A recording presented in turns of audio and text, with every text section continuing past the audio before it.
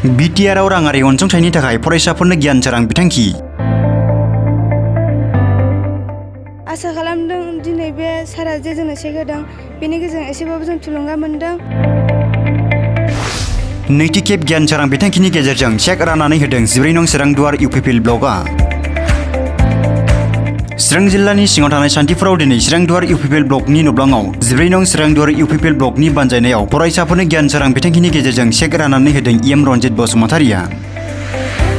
बे हाबाफारियाव बाहागो लादोंमोन बिटिआरनि इएम रनजित बसुमतारि, चिरां जिल्ला इउपिपिएल आफादनि नेहाथारि अमर सिंह ब्रह्म, चिरां जिल्ला इउपिपिएल ब्लकनि आफादगिरि बिरदाव मोसाहारि, बेजों लोगोसे गोबां गुन गोनां आलासि बिथांमोना।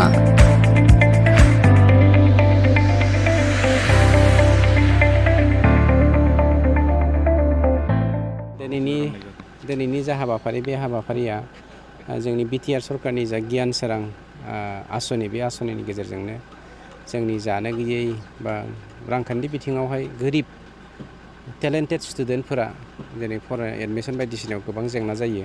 बेनि थाखायनो माबा मोनसे सुबिदा जायो नामा बे थांखिजों मोनफ्रोमबो ब्लकआवहाय जोंनि बिटिआरआव जेसेबां ब्लक दङ बे ब्लकआवहाय जोङो 200 गथ'फोरनो थाखाय बा स्टुडेन्टफोरनो थाखाय 5,000 जोङो अनसुंथाइ होनायनि हाबाफारि, बे हाबाफारिखौ दिनै जों बेवहाय फोजोबनाय जाबाय जोंनि 14निखौ। बेनि अनगायैबो जोंनियावहाय माखासे भेन्डरफोर दङ, ओरैबायदि गोरिब रान्दि बिमाफोर दङ, हाबा जायै आब'मोन दङ। बिसोरो दिनै जानो गैयिनि थाखाय न'खरखौ फोलोमनो जा फिसा फिसा दखान होनाय जायो।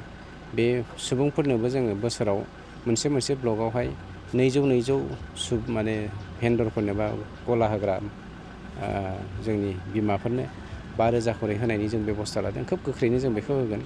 खिन्थु जोंनि समाजावहाय मोनसे कालसार जानानै फैदों। हाग्रामाया गावसोरनि पलिटिकेल लाबालाबनि थाखाय आगोलो गंसे साथा बा गांसे मुसारि होनानै मानसिफोरखौ पलिटिक्स खालामबोदोंमोन खुन्दुं होनानै। दिनै मुथासे खुन्दुं, गंसे साथा बा गांसे मुसारिजोंनो जोंनि जिउखौ जों फोलोमनो हाया। नंगौ, जों जा 5,000 होदों बेबो फोलोमजोबनो हाया। खिन्थु गंसे सादानिख्रुइ मोनसे 5,000नि जा अनसुंथाइ, बे अनसुंथाइया गोबां मानदान्दानि।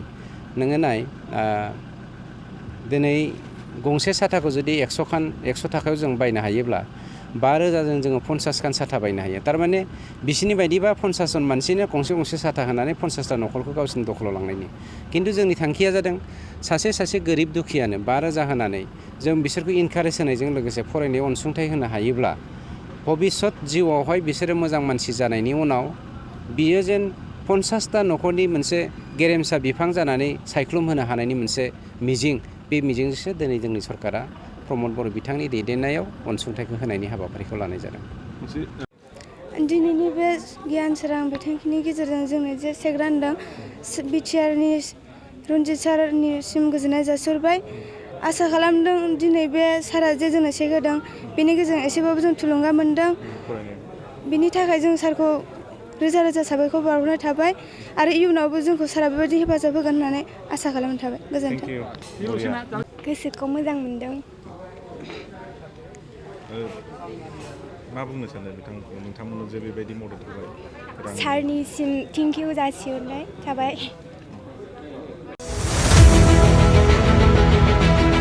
बायदि बिथिङाव रोंगौथि गोनां गोसो गुदुं सुबुंफोरनि थाखाय गोजोनथाव खौरां।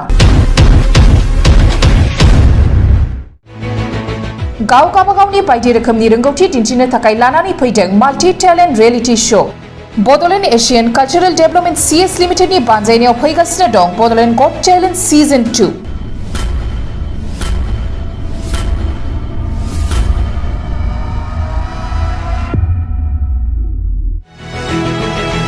फैगौ 25 जुलाइनिफ्राय जागायनानै 21 आगस्तसिम रायजोनि दाब जायगाफोराव खुंजागोन बड'लेण्ड गट टेलेन्ट सिजन 2 नि अडिशन।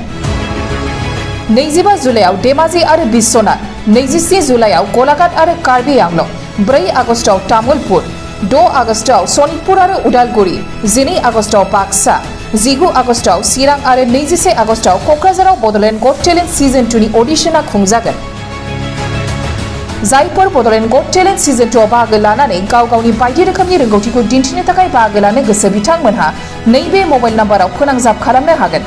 मबाइल नम्बर 8399890945 9101102339 आरो 9577573499